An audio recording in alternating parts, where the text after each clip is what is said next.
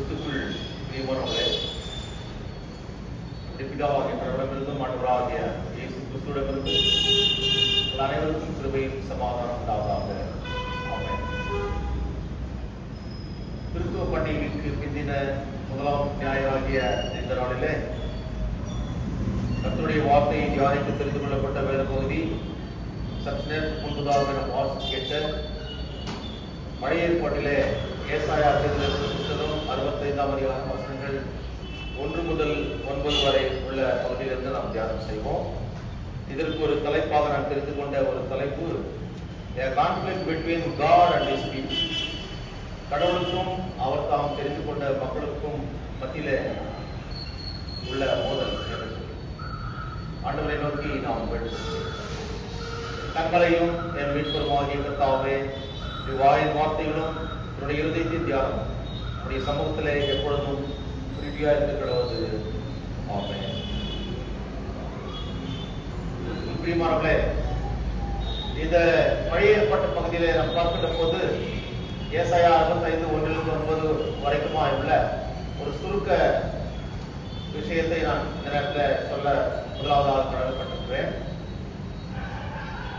இஸ்ரவேல் மக்கள் கடவுளால் தெரிந்து கொள்ளப்பட்ட மக்கள். ஆனால் அவர்களிலே அநேக கர்த்தருக்கு விரோதமாய் வாழ ஆரம்பித்தனர். கர்த்தருக்கு கீழ்ப்படிய வேண்டும், அவருடைய கட்டளைகளை பின்பற்றி இந்த உலகத்திலே அவருக்கு ஏற்ற சாட்சிகளாக வாழ கடவுள் அவர்களை தெரிந்து கொண்டார். அதற்காக மற்றவர்களை அவர் கைவிட்டு விட்டார் என்றல்ல, இந்த மக்களை ஒரு கருவியாக எடுத்து பயன்படுத்தி இவர்கள் மற்ற மக்கள் மத்தியிலே ஒரு நல்ல சாட்சியாக இருக்கின்ற போது அவர்களும் அவருடைய பொல்லாத வழிகளிலிருந்து கடவுளை நோக்கி வருவார்கள் என்ற ஒரு எண்ணத்தோடு கடவுள் இவர்களை தெரிந்து கொண்டார். ஆனால் இவர்கள் நடந்து கொண்ட விதமோ மிக வித்தியாசமாக இருந்தது. அநேகர் கர்த்தருடைய கட்டளையை மீறி அவர்கள் மனம் போற போக்கில சென்றார்கள். அதில் ஒரு சிலர் கர்த்தருக்கு பிரியமாய் நடந்தார்கள். அவர்களை கடவுள் காப்பாற்றினார். கர்த்தருக்கு விரோதமாய் எழுப்பி செயல்பட்டவர்களை கடவுள் மட்டாய் தண்டித்தார். அதைத்தான் இந்த பகுதியில கூட நாம் பார்க்கிறோம். ஏசாயா தீர்க்கதரிசன புத்தகத்துல 65ஆம் அதிகாரம் 1-9 வரைக்கும். பிரியமானவர்களே, அந்த கொஞ்ச ஜனம் யார் என்று பார்க்கின்ற போது இஸ்ரவேலில் மீதியானவர்கள் என்று சொல்லியது, the remnants of Israel என்று. அவர்களை கடவுள் அவர்களோடு சேர்த்து அழித்து விடவில்லை. அவர்களுக்கு இருந்த அந்த விசுவாசத்திலே, நம்பிக்கையிலே, கர்த்தரை நம்புகின்ற ஒரு எண்ணத்திலே அவர்கள் கர்த்தரையே நம்பியிருந்தார்கள். ஆண்டு அவர்களை காப்பாற்றி புதுவாழ்வு கொடுத்தார். அவர்கள் மூலமாக தான் மறுபடியும் நாடு கிடைத்தது. நாட்டிலே ஒரு பெரிய ஒரு எழுப்புதலை கடவுள் அவர்களை கொண்டுதான் செய்தார். இதன் மூலமாக நாம் தெரிந்து கொள்கின்ற விஷயம் என்னென்றால், ஒரு புறம் கடவுள் எரிச்சல் உள்ள கடவுள் என்பதை பழைய ஏற்பாட்டில் பார்த்தோம். அதே எரிச்சல் கடவுள் மனதிற்கும் உள்ள கடவுளாகவும் கூட இந்த ஏசாயா பகுதியிலே நாம் பார்க்கிறோம்.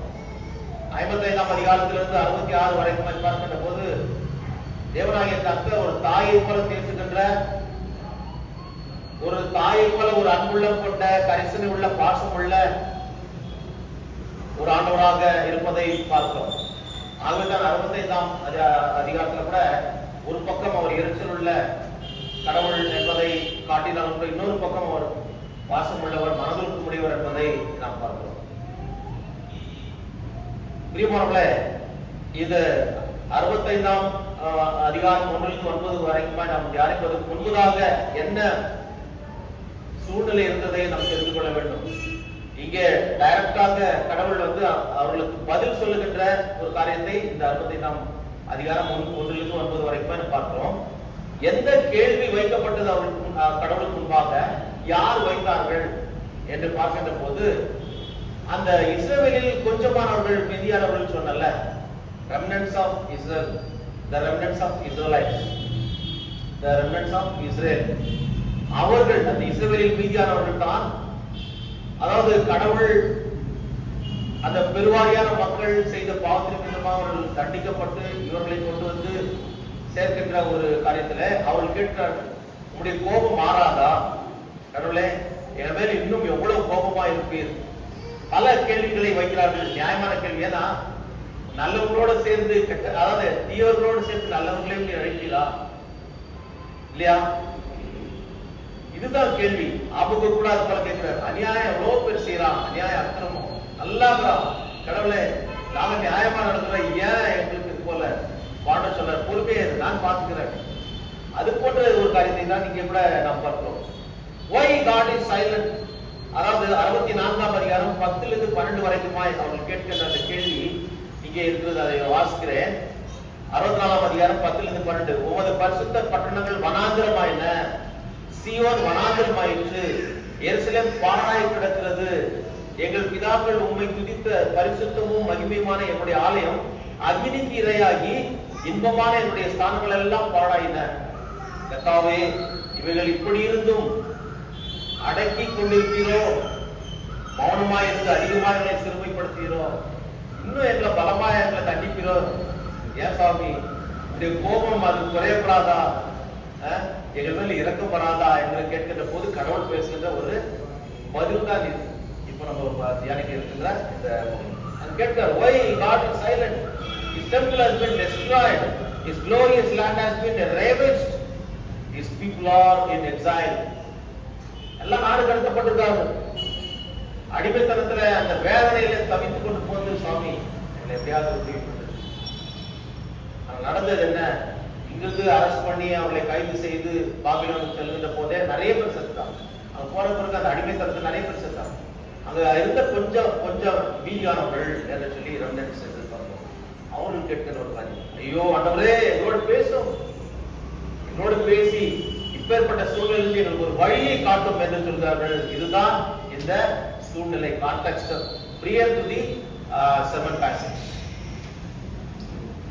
இவைகள் இப்படி சின்னாபின்னமாக்கப்பட்ட பிறகு நீர் மௌனமா இருக்கிறோ. ஒரு பாட்டு கூட பாடாங்கல்ல, என்றைக்கும் மறைந்திருப்பீரோ, தூரத்தில் நின்று விடுகிறோ, ஏழைகளை மறந்தீரோ, இயேசுவே மனம் இருக்கும் சொல்லி பாட்டு எசேக்கியேல் ஜார்ஜ் என்ற ஒரு கர்த்தருடைய ஊழியக்காரர் சொல்றார். திக்கற்ற பிள்ளைகளுக்கு சகாயர் நீரே அல்லவோ. அந்த பாட்டு தான் இன்னொரு போதகர் மோசஸ் ராஜசேகர் கூட கண்டில்லாதவர் அவரும் பாட்டார். ஆனா முதல்ல பாட்டது எசேக்கியேல் ஜார்ஜ். அல்ல இந்த மாதிரி கேள்வி, இது இந்த வசனத்தின் அடிப்படையிலிருந்து எழுதப்பட்ட பாடல் தான். எங்களை அப்படியே கைவிட்டு விடுகிறோம், ஏன் மௌனமா இருக்கிறார்கள், எங்களை இன்னும் அதிகமாக சிறுமைப்படுத்துகிறோம், நாங்க கஷ்டப்பட்டு வேதனைப்பட்டு அனுபவிக்கிறோமா என்று கலங்கிய குரலில் முறையிட கர்த்தர் அவர்களுக்கு பதில் சொல்லும் காரியத்தை தான் இந்த பகுதியில நாம் ஏசாயா 65 1-9 வரைக்கும் பார்ப்போம். பிரியமானவர்களே, முதலாவதாக அதாவது 3 விஷயங்கள் மூலமாக இந்த காரியத்திற்கு பதிலை கடவுள் கொடுத்ததை நாம் பார்ப்போம். ஏசாயா 65 2-7 வரைக்குமா மேற்கொள்ளப்படுகின்ற ஒரு காரியம் என்றால், அது கடவுள் சொல்கிறார், என் மக்கள் செய்த பாவங்கள் அக்கிரமங்களே நான் அவருடைய விண்ணப்பத்திற்கு செவி சாய்க்காதபடிக்கு தடுக்கிறது. அவர் இம்மீடியட்டா ஒரு ஆன்சர் சொல்றார். ஏன் சாமி எங்களை கைவிட்டு விட்டு மௌனமா இருக்கிறது, இது நியாயமா இருக்கும்போது அப்ப சொல்றாரு. இந்த 2ஆம் வசனத்துல இருந்து 7ஆம் வசனம் வரைக்குமே அவர் நரேட் பண்றாரு. என்னன்னா, இந்த பாவங்கள் தான் நான் அவர்களுக்கு உங்களுக்கு செவிப்படுத்த முடியாதபடி தடுக்கிறது, நீங்க கூட பொல்லாத காரியங்களை செய்திருக்கிறீர்கள் என்று சொல்லி அவர் சொல்லுகிறதை பார்த்தோம். சோ இஸ்ரவேல் மக்கள் செய்த பாவம் தான் என்ன என்பதை நாம் இங்கே இந்த 2ஆம் வசனத்திலிருந்து நம்ம பார்க்கலாம். அதாவது நலமல்லாத வழியிலே தங்கள் மனம் போன போக்கிலே அவர்கள் முரட்டாட்டமாய் நடந்தார்கள். அதாவது கடவுள் ஒரு வழியை காட்டுகிறார் என்றால் அந்த வழியில போக வேண்டும். ஆனால் இவர்கள் நலமல்லாத வழியில் போனார்கள். அதாவது நலமல்லாத வழினா பாவம் செய்ய என்னென்ன வழிக்கு அந்த வழியிலாம் போனோம். அதுக்கு நிறைய பெரிய வழி உண்டு. உலக பிரகாரமாக கவிஞர் எழுதும் பாவம் என்ற கல்லறைக்கு பல வழி என்று சொல்லி பாவம் செய்யறதுக்கு பல வழி இருக்கிறது. ஆனால் கடவுளை தேட ஒரே வழிதான், அது ஒரு குறுகலான ஒரு வழிதான். அது அதிலே நாம் நுழைந்து போனால் தான் முடியும். இங்கே நலமல்லாத வழியிலே தங்கள் மனம் போன போக்கிலே முரட்டாட்டமாய் அவர்கள் நடந்தார்கள் என்று சொல்லி அங்கே பார்க்கிறோம். So the first thing is we see that God's initiative to establish a cordial relationship with these people, in spite of the damaged or conflict situation that is prevalent. இந்த ஒரு சூழ்நிலையில அவர்களோடு நல்ல உறவை ஏற்படுத்திக் கொள்ள கடவுள் என்ன பண்ணாரு, கையை நின்றாரு, வாங்கப்பா நீங்க அப்படியெல்லாம் பண்ணாதீங்க, சொல்றதை கேளு இல்லையா. கொஞ்சம் பழைய ஏற்பாட்டு இதுல காலத்துல பாருங்க, நோவா கூட எல்லா மக்களும் செய்திருக்கின்ற அந்த தவறை வந்து சுட்டி காட்டும் போது, வேணாயா செய்யாதீங்க, கடவுள் அழிக்கிறேன்னு சொல்றாரு, அவருடைய வார்த்தைக்கு கீழ்ப்படிங்க, நீங்க வாங்க மனத்திரும்புங்க என்று சொல்லியிருப்பார். அதே போலதான் கடவுள் அந்த பாருங்க அந்த வசனம், முரட்டாட்டமான ஜனத்தண்டைக்கு நாள் முழுதும் என் கைகளை நீட்டினேன், நாள் முழுதும் கைகளை நீட்டினேன், நான் வனா போவாத, இந்த வழியில போவாத தலப்பான அடிச்சுக்கோ, சின்ன வயசுல இருந்து வனடா கூட சேராத, அந்த கெட்ட ஃப்ரெண்ட் கூட சேராதரா, அழிச்சு போயிடுவேன், உங்களுடைய வாழ்க்கை பாழாயிடும் சொல்லுவாங்க. அதையும் மீறி செய்யும் போது நடக்கிற காரியம் என்ன, அவருடைய வாழ்க்கையில அந்த கெட்ட சகவாசம் ஏற்படுகின்ற போது bad friendship leads to eternal destruction, ஒரு பெரிய அழிவை பார்க்கின்ற காரியங்களை உலகத்தில் நாம் பார்க்கிறோம். பெற்றோர்கள் சொல்லுகின்ற போது அதை நாம் கவனமாக கேட்டு கீழ்ப்படிய வேண்டும், அது மிக மிக முக்கியமான ஒரு காரியம். பிரியமானவர்களே, சோ இங்கே நாம் பார்க்கின்ற போது கடவுள் அவர்களை அந்த வழியில் செல்லாதபடிக்கு கிருபையாய் அன்பாய் அழைத்தார். அவர்களும் அவருடைய அன்பையும் கிருபையையும் எதிர்த்தார்கள். They rebelled against God's grace இல்லையா. They resisted His grace and His loving appeals, though He held out His arms to them and spoke to them through His word. கர்த்தருடைய வார்த்தை மூலமாக அவர் பேசி வேண்டாம் போகாதீங்க, என்னுடைய வழியில் வாருங்கள் என்று சொல்லி அவர் சொல்கிறார். அதாவது ரோமர் 10:21 பாருங்கள், அவர்களை பற்றி சொல்லுகிற போது அவர்கள் கீழ்ப்படியாதவர்களும் எதிர்த்து பேசுகிறவர்களுமா இருக்கிற ஜனத்திற்கு நாள் முழுவதும் என் கைகளை நீட்டினேன் என்று சொல்லி பவுல் அப்போஸ்தலன் சொல்கிறார். ரோமர் 10:21 நாள் முழுவதும் கைகளை நீட்டிக் கொண்டிருந்தேன் சொல்லி இங்கேயும் நாம் பார்க்கிறோம். கடவுள் அவ்வளவு கரிசனை உள்ளவர்.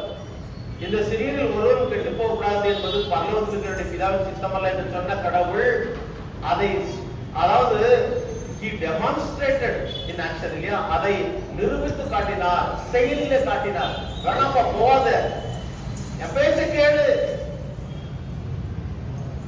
ஆனால் இவர்கள் செய்த காரியம் என்ன, அதற்கு கீழ்ப்படியாமல் போனார்.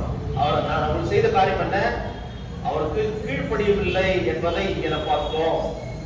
தாங்கள் தெரிந்து கொண்ட சொந்த வழியிலே அவர்கள் இருமாப்பாய் நடந்தார்கள் இல்லையா. அவர் தாங்கள் தெரிந்து கொண்ட வழியிலே இருமாப்பாய் நடந்தார்கள் என்று சொல்லி ஏசாயா 53:6 பார்க்கின்ற போது, நம்ம எல்லாரும் ஆடுகளை போல வழி தப்பி அவனவன் தன் வழியிலே போனோம், ஆனால் கர்த்தரோ எல்லாருடைய அக்கிரமத்தையும் அவர் மேல் விழ செய்தார். யாருமே இயேசு கிறிஸ்துவின் மேல். இதை வந்து தீர்க்கதரிசனத்தை பார்க்கிறோம். நம்ம எல்லாரும் ஆடுகளை போல வழி தப்பி அவனவன் தன் வழியில் போனோம், அவனவன் ஒருத்தரும் they go according to their own whims and fancies. மனம் போன போக்கிலே, கண் போன போக்கிலே கால் போகலாமா மாதிரி மனம் போன போக்கிலே மனுஷன் நடந்து போக ஆரம்பிச்சான். பிரியமானவர்களே, அந்த அவர்கள் தெரிந்து கொண்ட அந்த வழி எப்பேற்பட்டது என்று பார்க்கின்ற போது அது பாழாக்குகின்ற வழி, அதிலே ஒரு நிம்மதி என்பது கண்டிப்பாக கிடைக்காது என்பதை அவர்கள் புரிந்து கொள்ளவில்லை. இப்படி மனப்போன போக்கிலே சொல்வார் பேச்சையும் கேட்காமல் சொந்த புத்தியும் இல்லாமல் நடந்த மக்களை பழைய ஏற்பாட்டுல கடவுள் என்ன பண்றாங்கன்னா, அவரை சொல்லிப்பாங்க. அடுத்து அவர்களை பற்றி ஒரு ஸ்டேட்மெண்ட், அதாவது ஒரு வார்த்தை கடவுள் சொல்கிறார். கடவுளுக்கு கோபம் இல்ல, கோபம் இருக்குல்ல, கோபம் வந்ததுனால சாட்டி எடுத்தாரு. ஏசாமி நம்ம பார்க்கிறோம். பழைய ஏற்பாட்டுல கோபம் இருந்தனால்தான் அவர்களை பாபிலோன் இடத்துல ஒப்பு கொடுத்தார். சோ அவர் அந்த கீழ்ப்படியாத மக்களை பார்த்து கடவுள் பழைய ஏற்பாட்டில் என்ன சொன்னார் என்பதை ஏசாயா 42:18 பார்க்கிறோம். செவிடரே கேளுகின்றார். நான் சொல்றதை கேளுங்கப்பா, உங்களுக்கு காது கேட்கலையா, செவிடரே கேளுங்கள் என்று சொல்லி. அடுத்து குருடரே பாருங்கள், குருடரே பாருங்கள். 42:18 பாருங்கள். அதே போல யாத்ராகமம் 32:9 பாருங்கள். வணங்கா கழுத்துள்ள மக்களே, இவர்கள் வணங்கா கழுத்துள்ள மக்கள் அப்படின்னு சொல்லிட்டு அவர் என்ன சொல்றாரு, தான் தெரிந்து கொண்ட மக்கள் அவர்கள் கீழ்ப்படியாமல் இருக்கிற போது சொல்கிறார், இவர்கள் stiff-necked people என்று சொல்லி மோசே இடத்துல சொல்றார். ஏசாயா 65:2 பார்க்கின்ற போது இங்கே அவர்கள் முரட்டாட்டமான ஜனம் என்று சொல்லி இல்லையா. They always rebelled against the will and wish of God. That is not pleasing to God இல்லையா. கர்த்தருக்கு அது பிரியமாய் இல்லை. ஆகவே பழைய ஏற்பாட்டில் பார்க்கிறோம், கடவுள் அவர்களை நொந்து கொண்ட கொண்டதை he rebuked them using all these harsh words இல்லையா? அதே போல புதிய பாட்டிலே பார்க்கும்போது ஆண்டவராகிய இயேசு கிறிஸ்து சொல்கிறார் இல்லையா, யூதர்களை பார்த்து, அந்த யூத மத தலைவர்கள் மற்றவர்களை எல்லாம் பார்த்து, பரிசேயர் சதுசேயர் ஆயக்காரர்களை எல்லாம் பார்த்து என்ன சொல்கிறார்? மாயக்காரரே, யூ ஹிப்போக்ரைட்ஸ், அக்கிரம செய்கைக்காரரே, யூ ஈவில் டூயர்ஸ், பொல்லாத விபச்சார சந்ததியாரா. ரொம்ப எக்ஸ்ட்ரீமா போயிடுச்சு. பொல்லாத விபச்சார சந்ததியாரன்னு ஆண்டவர் சொல்கிறார். அப்ப எந்த அளவுக்கு அவருக்கு அது கோபம் வருகிறது? the wrath of God. You cannot face, you cannot encounter the wrath of God. இல்லாமல் போய்விடுவோம். ஆகவேதான் ஆண்டவர் அப்படியாவது அட்லீஸ்ட் சொல்லி இது மூலமாவது அவர்கள் திருந்தி வருவார்கள் என்று சொல்லி இந்த காரியத்தை சொல்கிறார். பிரியமானவர்களே, யோவான் ஸ்நானகன் சொல்லுகின்ற போது கூட என்ன சொல்லுகிறார்? தப்பிக்கிறதுக்கு ஏதாவது வழி தெரியுதுங்களா? நீங்க உள்ளார்ந்த மனதோடு நீங்கள் வரவில்லை. ஆகவே அவர் சொல்லுகிறார், விரியன் பாம்பு குட்டிகளே இல்லையா? சோ இந்த காரியங்கள் எல்லாம் ஏன் சொல்லுகிறேன் என்றால், அதாவது நல்ல வார்த்தைகளை சொல்லும் போது கேட்கலன்னா சில கடுமையான வார்த்தைகளை உபயோகிக்க வேண்டும். அந்த காரியத்தை தான் பழைய ஏற்பாட்டிலே நம்ம பார்க்கின்ற போது பிதாவாகிய கடவுள் பயன்படுத்தினார். புதிய ஏற்பாட்டிலே குமாரனாகிய கடவுள் பயன்படுத்துகிறதை பார்க்கிறோம். மற்ற ஊழியக்காரர்கள் பயன்படுத்துகிறதை பார்க்கிறோம். பரிசுத்த ஆவியாகிய கடவுள், சத்திய ஆவியாகிய கடவுள் வருகின்ற போது சகல சத்தியத்திலும் உங்களை நடத்துவார். அதுல he will reprove என்று சொல்லி இருக்கிறது இல்லையா? உங்களை கண்டித்து உணர்த்துவார் என்று சொல்லி. சோ இந்த காரியங்கள் எல்லாம் நாம் திருந்தி வாழ வேண்டும். அவர் தெரிந்து கொண்ட இஸ்ரவேலர் மாத்திரமல்ல, நீயும் நானும் கர்த்தருடைய புதிய இஸ்ரவேலராக இருக்கிறோம். நாமும் ஒரு கேட்ட மக்களாய் வாழ வேண்டும் என்பதற்காக இந்த காரியத்தை சொல்கிறார். இதைதான் இன்றைக்கு நாம் வாசிக்க கேட்ட கலாத்தியர் நிருபத்துல 3ஆம் அதிகாரம் 23 4ஆம் அதிகாரம் 7ஆம் வசனம் வரைக்கும் பார்க்கின்ற போது அதுல 1ஆம் வசனத்தை பாருங்கள். அவர்கள் ஆரம்பிக்கிறதே அந்த 1ஆம் வசனம் புத்தி இல்லாத கலாத்தியரே என்ற. சோ அவர்கள் அதாவது சத்தியத்தை சத்தியமாக சொல்ல அவர்கள் அதாவது வெட்கப்பட்டதே இல்லை. அநேகர் அதாவது இப்படி சொன்னா ஐயர் நல்லா சொல்லிட்டாரு, அருமையா இருந்தாரு, என்ன அருமையா இருந்துச்சு, ரொம்ப ஆசீர்வாதம், காது கேட்க இதமா இருக்கும். ஆனால் அது நமக்கு ஆசீர்வாதமாக இருக்காது. கடவுளுடைய வார்த்தை என்ன சொல்லுகிறதோ அதை சொல்ல கர்த்தருடைய ஊழியக்காரர். அதை மிகைப்படுத்தியோ குறைத்தோ இல்ல அவருக்கு தகுந்த மாதிரியோ மக்கள் கேட்கிற மக்களுக்கு தகுந்த மாதிரியோ பேசக்கூடாது. அதைத்தான் ஊழியக்காரர்கள் செய்தார்கள். இந்த காலத்திலும் அதைத்தான் செய்ய வேண்டும். ஆகவேதான் புத்திமதி, எக்ஸார்டேஷன், அட்மானிஷன் என்று வருகின்ற போது எல்லாரும் பார்த்து சொல்லிக்கிறது, கடவுள் யாராவது ஐயர் பேசுறது என்ன பத்தி தான் பேசுறாருன்ற மாதிரி எல்லாம் சில கமெண்ட்ஸ் வரும். பேசப்படுகிற வார்த்தை ஐ அம் ஜஸ்ட் எ ஸ்போக்ஸ்பர்சன், சொல்லப்படுகிற வார்த்தை எனக்கும் சேர்த்து ஊழியக்காரருக்கும் சேர்த்து சொல்லப்படுகிறது. ஆகவே அதை நாம் புரிந்து கொள்ள வேண்டும். புத்தி இல்லாத கலாத்தியரே என்று சொல்லி நொந்து கொண்டதை பார்க்கிறோம். காரணம், மனுஷனுக்கு செம்மையாய் தோன்றுகின்ற வழி உண்டு, அதன் முடிவோ மரண வழிகள் என்று சொல்லி நீதிமொழிகள் 14ஆம் அதிகாரம் 12ஆம் வசனத்தை பார்க்கிறோம். 2வது பார்க்கின்ற போது கர்த்தர் அவர்களை தேடினார் இல்லையா? God's initiation to establish a cordial relationship. 2வது பார்க்கின்ற போது we see the Israelites rejection. அவர்கள் கடவுளை மறந்து போகின்ற அந்த காரியத்தை இங்கே நாம் பார்க்கிறோம். 3ஆம் வசனத்துல அந்த ஜனங்களின் சந்நிதியிலே நித்தம் எனக்கு கோபம் உண்டாக்கி தோட்டங்களிலே பலியிட்டு செங்கற்களின் மேல் தூபம் காட்டி பிரேத குழிகள் அண்டையில் உட்கார்ந்து பாடான ஸ்தலங்களில் ராத்தங்கி பன்றி இறைச்சியை தின்று தங்கள் பாத்திரங்களில் அருவருப்பானவர்களின் ஆணத்தை வைத்திருந்து நீ உன் மட்டிலிரு, என் சமீபத்தில் வராதே, உன்னை பார்க்கிலும் நான் பரிசுத்தன் என்று சொல்லுகிறார்கள். இவர்கள் என் கோபத்தால் ஆகிய புகையையும் நாள் முழுவதும் என்கிற அக்னியுமாயிருப்பார்கள். அவர் செய்த இந்த காரியத்தை ரொம்ப அழகாக இங்கே விளக்கி சொல்லுகிறதை பார்க்கலாம். With their evil worship of false gods, Israelites provoked God with their evil worship of false gods, getting involved with the occult and the demons. அதாவது பழைய காலங்களில் மட்டுமல்ல, இப்ப கூட வந்துச்சு பேய் வணக்கம் என்று சொல்லி, பேய் வணக்கம் என்று சொல்லி இன்றைக்கு கூட பிரபலமாக போய்கொண்டிருக்கிறது. அமெரிக்காவில் மாத்திரம் இல்ல, நம்ம இந்தியாவில் பெங்களூர்ல அல்சூர் கிட்ட போனா பேய் வணக்கம் என்பது இருக்கிறது. அல்சூர்ல பக்கத்துல. சோ இவர்கள் கூட அந்த காரியத்தை செய்தார்கள். ஏயா பேய்க்கும் கடவுளுக்கு என்ன சம்பந்தம்? கர்த்தரை, உங்களை படைத்தவரை, உங்களை நடத்தி கொண்டிருக்கிறவரை, உங்களை வாழ வைத்துக் கொண்டிருக்கிறவரை விட்டுவிட்டு ஏன் நீங்கள் பேய் வணங்க வேண்டும், பேய் வணக்கத்தை மேற்கொள்ள வேண்டும்? அதை தான் இங்கே நாம் பார்க்கிறோம் இல்லையா? பிரேத குழிகள் எண்ணெயில் உட்கார்ந்து பாழான ஸ்தலங்களில் ராத்தங்கி. பிரேத குழியில உட்கார்றாருன்னா கொஞ்சம் யோசிச்சு பாருங்க. பிரேத குழியில யார் உட்காரோம்னா எண்ணாகமம் 19:11 அது ஒரு தீட்டான ஒரு காரியம். ஒரு செத்த பணத்தையோ இல்லாத இடத்துல போய் உட்கார்றதோ ஒரு நல்லது இல்லை அப்படின்னு சொல்லி அந்த காலத்துல இருந்தது. எண்ணாகமம் 19 செத்து போற பிரதேசத்தை தொட்டவன் 7 நாள் தீட்டுப்பட்டவனா இருப்பான் என்று சொல்லி அங்க பார்த்தோம். சரி, இவர்கள் என்ன பண்றாங்க? போய் அங்க உட்காந்துக்கிறாங்க. இரவு நேரத்துல போய் உட்காந்துட்டு அங்கேயே என்ன பண்றாங்க? ரொம்ப வித்தியாசமான பாழான ஸ்தலங்களில் தங்கி. யாராவது போய் கல்லையில் தங்குவாங்களா? கல்லையில போய் தங்குவாங்களா? சாயங்காலம் கல்ல பக்கம் போறதுக்கு பயப்படுவாங்க. ஏதாவது ஆவி ஏதாவது போன்ற ஒரு பயம் எல்லாருக்குமே உண்டு இல்லையா? நமக்கு உண்டு தானே. கல்ல பக்கம் ஒரு 7 மணிக்கு போனோன்னு இருட்டா அந்த பக்கம் லைட் இருக்காது, எது இருக்காது வச்சுக்கணும். போறதுக்கு பயமா இருக்கும். ஏன்னா அங்க எல்லாம் சாவு பொதிச்சிருக்கிறாங்க. ஆனால் இவர்கள் போய் செய்த காரியம் என்ன? அங்கே அவர்கள் போய் உட்கார்ந்து கொண்டு பன்றி இறைச்சி தின்று தங்கள் பாத்திரங்களில் அருவருப்பானவர்களை அவர்கள் குடித்து மனப்போன போக்கிலே அவர்கள் இருந்தார்கள். மனப்போன போக்கிலே அவர்கள் வாழ்ந்து கொண்டிருந்தார்கள் என்பதை பார்க்கிறோம். தீட்டுப்பட்டவர்களாய் குடித்து வெறித்து பன்றி இறைச்சி தின்று இவ்வளவும் செய்து நான் தான் யோகியன், மற்றவர்களை காட்டிலும் பரிசுத்த ஜனம் என்று தாம்பிகம் அடித்துக் கொண்டார்கள். அதே அந்த பாருங்க 5ஆம் வசனத்தில் இருக்கிறது. நான் தான் பரிசுத்தன். செய்தெல்லாம் அக்கிரம காரியம், அநியாய காரியம், கர்த்தருக்கு அருவருப்பான காரியம்.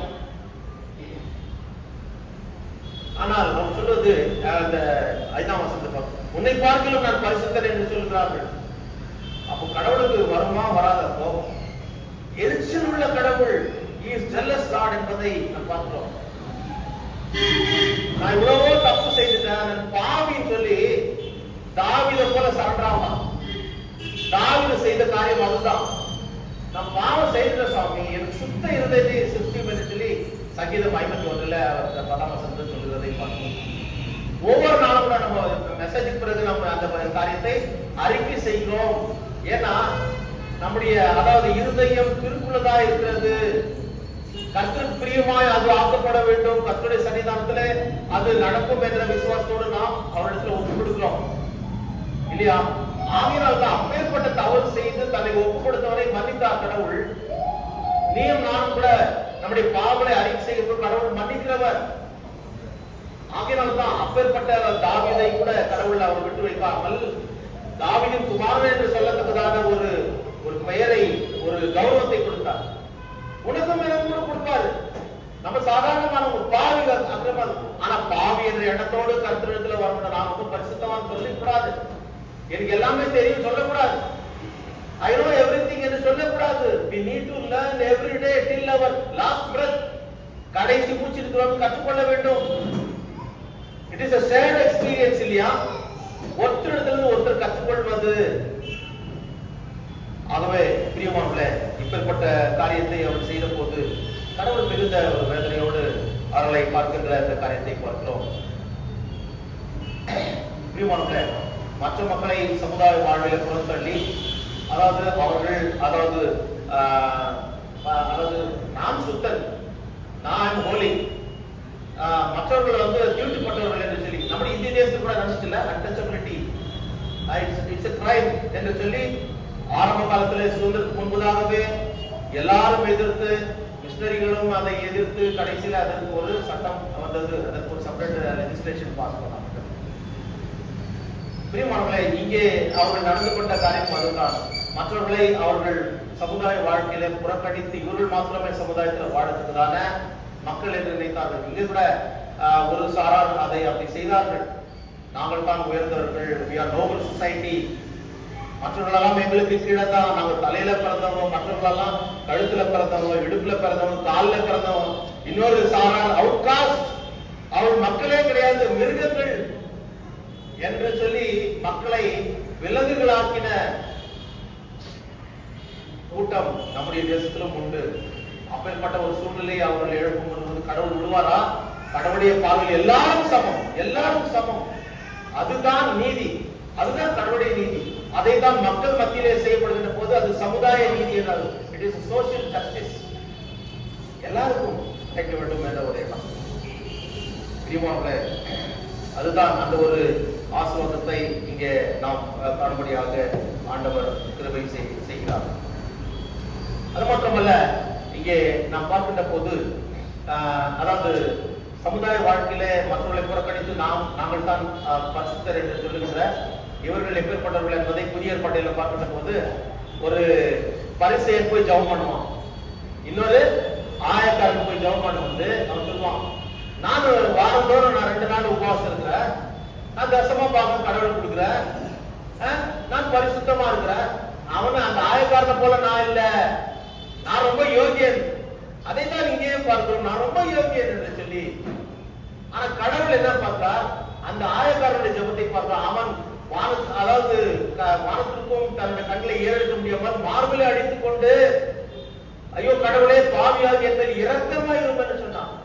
தன்னை தாழ்த்துகிறவன் உயர்த்தப்படுவான் என்று கடவுளுடைய வசனம் சொல்லுகிறது. அன்றைக்கு அவன் ரட்சிக்கப்பட்டவனாக விட்டு போனான்.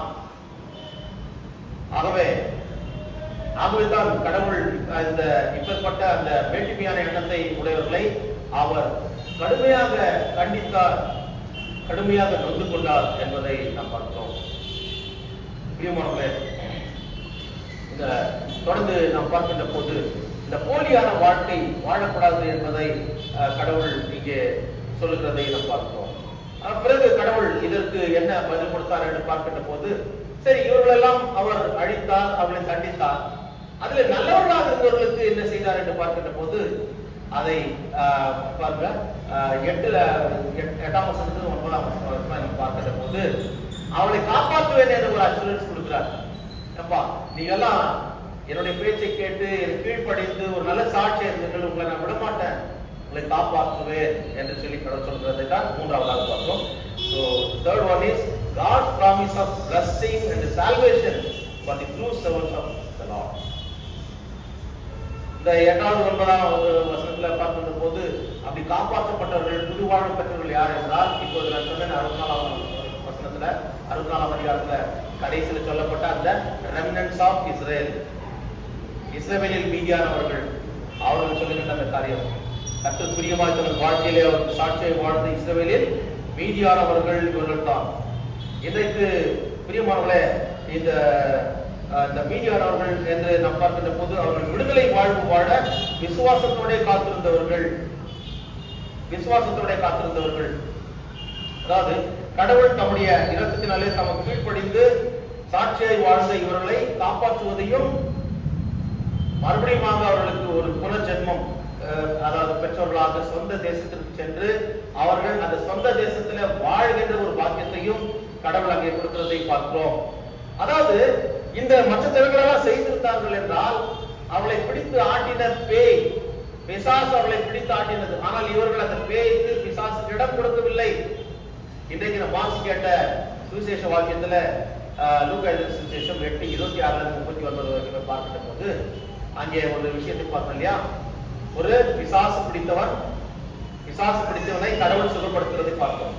அந்த பிசாசு பிடித்தவனுக்கு எவ்வளவு பேய் பிடிச்சிருந்தது, அவனோட பேரை கேட்கிறார், பேர் என்னன்னு கேட்கும் போது அவன் என்ன சொல்றான், லேகியோன் என்றால் பல பிசாசுகள் பிடித்தவன். பல பிசாசுகள் என்றால் நான் உங்களிடத்துல ஒரு கேள்வி வைக்கிறேன், எவ்வளவு பிசாசு இருக்கும் கொஞ்சம் சொல்லுங்க. 6000 என்று சொல்லி சொல்கிறார்கள். அதாவது லெஜியோன் என்று சொல்லுகின்ற போது இது அது வந்து ஒரு மிலிட்டரியில, அதாவது ரோமன் எம்பையர், அந்த ரோமன் மிலிட்டரி இதுல வந்து அது வந்து ஒரு ரெஜிமெண்ட் குரூப் இருக்கும். அந்த ஒரு ரெஜிமெண்ட்ல வந்து ஒரு லெஜியோன் என்று சொன்னால் 5000 பேர் இருக்கிறது. 5000 பேர் ஒரு இன்னொரு எக்ஸ்ட்ரா 1000 பேர் சேர்த்து சொல்லிடுவோம், ஓகே ஃபைன். ஆனா 5000 பேர் இருக்கிற ஒரு அந்த குரூப்ஸ், அதுக்கு பேர் தான் லெஜியோன் என்று சொல்லி. அப்போ பல ஆயிரக்கணக்கான அதாவது மனுஷர் இருக்கின்ற அந்த ஒரு இல்லையா ஒரு இன்ஃபன்ட்ரி என்று சொல்லலாம் இல்லையா, ஒரு படை. இப்போ ஒரு படையே இருக்குது உள்ள, எல்லாம் ஈவில் ஸ்பிரிட் இல்லையா, அசுத்தம். 5000க்கு மேல ஒரு பேய் ஒரு மனுஷன் ஆட்டி படைக்குதுன்னா விடுவிக்க கர்த்தரால் மாத்திரமே முடியும். அவன் கர்த்தர் அவனுக்கு போறான், ஐயோ என்னை தொல்லைப்படுத்துவா வருகிறேன், என்னை விட்டுவிடும் என்று சொல்லி அவன் கேட்கிறான். ஆனா அவனை தொல்லைப்படுத்தல, அவனை தொல்லைப்படுத்திக் கொண்டிருந்த பிசாசை விரட்டும்படியாக கடவுள் சொல்கிறார். அங்க போன பிறகு நடக்கின்ற காரியம் பண்ண, ஐயோ என்னை பாதாளத்தில் தள்ளிவிடாதீர்கள் என்று சொல்லி கெஞ்சுகிறான். ஏன்னா பாதாளம் என்று சொல்லுகின்ற போது அபீஸ் என்று சொல்லி கிரேக்க வார்த்தையில அது பிசாசுக்காகவும் அவனை சார்ந்தவர்களுக்காகவும் அது அக்னி கடல் என்று சொல்லி வெளிப்படுத்தின விசேஷத்துல சொல்லப்பட்டிருக்குது. அது கடைசியில தான் ஜட்ஜ்மெண்ட் கொடுக்க நடக்கும். ஆனா இப்பவே ஒரு பாதாளத்தில் தள்ளிட்டா என்ன ஆகினால இந்த பன்றி கூட்டம் இருக்குது, அந்த பன்றி கூட்டத்துல போட்டு எனக்கு உத்தரவு கொடு சொல்லி கேட்கிறான், கெஞ்சி கேட்கிறான். ஆண்டவர் சொல்ல போய் போய் தொலை ஆண்டவர் அப்படிதான் சொல்லியிருப்பாரு தெரிகிறேன். ஏன்னா சரி அப்போ சொன்ன உடனே போய் அந்த அவனுடைய அந்த உடல்ல இருந்து எல்லா பேய்களும் போய் கொஞ்சம் யோசிச்சு பாருங்க, அங்க இருந்த எல்லா பன்றிகளும் கடலிலே விழுந்து மாண்டது என்றால் அப்ப எந்த அளவுக்கு போர்ஸ் அந்த போயிருக்க வெளியே, அந்த போர்ஸ் அவனை ஆட்டி படைத்துக் கொண்டிருந்தது. இதே போலதான் பழைய ஏற்பாட்டு காலத்துல இஸ்ரவேல் மக்களை பிசாசுடைய எண்ணங்கள் ஆட்டி படைத்துக் கொண்டிருந்தது. ஆனால் சிலர் அதற்கு விதிவிலக்காக கர்த்தருக்கு கீழ்ப்படிந்தார்கள், அவர்கள் அதை எதிர்த்து விரட்டினார்கள். யாக்கோபு 4:7 பாருங்கள், தேவனுக்கு கீழ்ப்படியுங்கள், பிசாசுக்கு எதிர்த்து நில்லுங்கள், அப்பொழுது அவர் உங்களை விட்டு ஓடி போவார் என்று சொல்லி. இந்த இஸ்ரவேலில் மீதியானவர்கள் கர்த்தரை நம்பினார்கள், கீழ்ப்படிந்தார்கள். ஆகவே அந்த பிசாசுக்கு இடம் கொடுக்கவில்லை. இடம் கொடுத்தவர்கள் அழிந்து போனார்கள், இடம் கொடுக்காதவர்கள் அதை விரட்டி அடித்தார்கள், வாழ்வு பெற்றார்கள். அதைத்தான் இங்கே நாம் பார்க்கிறோம். பிரியமானவர்களே, எப்பேற்பட்ட பேயையும் எப்பேற்பட்ட எதிரியையும் துரத்தி அடிப்பதற்கு நீயும் நாம் நம்பிக்கொண்டிருக்கின்ற வணங்கிக் கொண்டிருக்கின்ற கடவுளால் மாத்திரமே முடியும். அவருடைய பிள்ளைகள் என்ற அந்தஸ்தை பெற்றிருக்கிற நமக்கும் அந்த உரிமையை ஆண்டவர் கொடுத்திருக்கிறார். யாக்கோபு 4:7 submit yourselves to the will of God and resist the devil and it will flee from you. ஆகவே எவ்வளவு பெரிய ஒரு ஆசீர்வாதமான ஒரு காரியம். ஆகவே இந்த ரட்சிப்பு விடுதலை என்பது கர்த்தரிடத்திலிருந்து நமக்கு வருகிறது, அதை பெற்றுக்கொள்வோம். இன்றைக்கு வாசி கேட்ட சங்கீதத்துல நாம் பார்க்கின்ற போது அங்கே சொல்லப்பட்ட சங்கீதம் 3:8 பாருங்கள், ரட்சிப்பு கர்த்தருடையது, தேவனுடைய ஆசீர்வாதம் உம்முடைய ஜனத்தின் மேல் இருப்பதாக. ரட்சிப்பு கர்த்தருடையது. Salvation comes from God. விடுதலை வாழ்வு என்பது கர்த்தரிடத்திலிருந்து வருகிறது. அது இங்கே அவர்களுக்கு கிடைத்தது உண்மையான விடுதலை. நீயும் நானும் கூட இந்த பாவ உலகிலே கடவுள் நம்மை பிரித்து எடுத்துக்கிறார். He set apart from this bondage of sin. கர்த்தருடைய பிள்ளைகள் என்ற ஒரு அந்தஸ்தை ஞானஸ்நானத்தின் மூலமாக கொடுத்தது. ஆகவே நீயும் நானும் கூட இந்த இஸ்ரவேல் மீதியானவர்களை போல எப்பொழுதும் தற்காத்துக் கொள்ள வேண்டும், கர்த்தர் பிரியமாய் நடக்க வேண்டும். அப்பொழுதுதான் கர்த்தர் நமக்கு வாக்களித்திருக்கின்ற அந்த நித்திய ராஜ்யத்திலே நாம் சேர முடியும். ஆகவே சொல்லப்பட்ட வார்த்தைகளை மனதிலே வைத்துக் கொண்டு அவர் கேட்டு சாட்சிகளாக வாழ நாம் முயற்சி செய்ய வேண்டும். முயற்சி செய்வது ஒரு பெரிய ஒரு ஆசீர்வாதமான ஒரு காரியம். எதை பற்றியும் கேட்டு அப்படியே சென்று விடுவதனால் எந்த பிரயோஜனமும் இல்லை. நம்மள ஒரு மாற்றம் ஏற்பட வேண்டும். அதை கண்டிப்பாக கடவுள் செய்வார். அந்த விசுவாசத்தோடு தொடர்ந்து அவர் கேட்ட சாட்சிகளால் ஜீவிக்க கடவுள் அனுக்கிரகம் செய்வாராக. ஆமென். தெய்வீக சமாதானம் இருதயங்களை சென்றேன் கிறிஸ்து இயேசுக்குள்ள உங்களை பலங்களை காப்பாராக.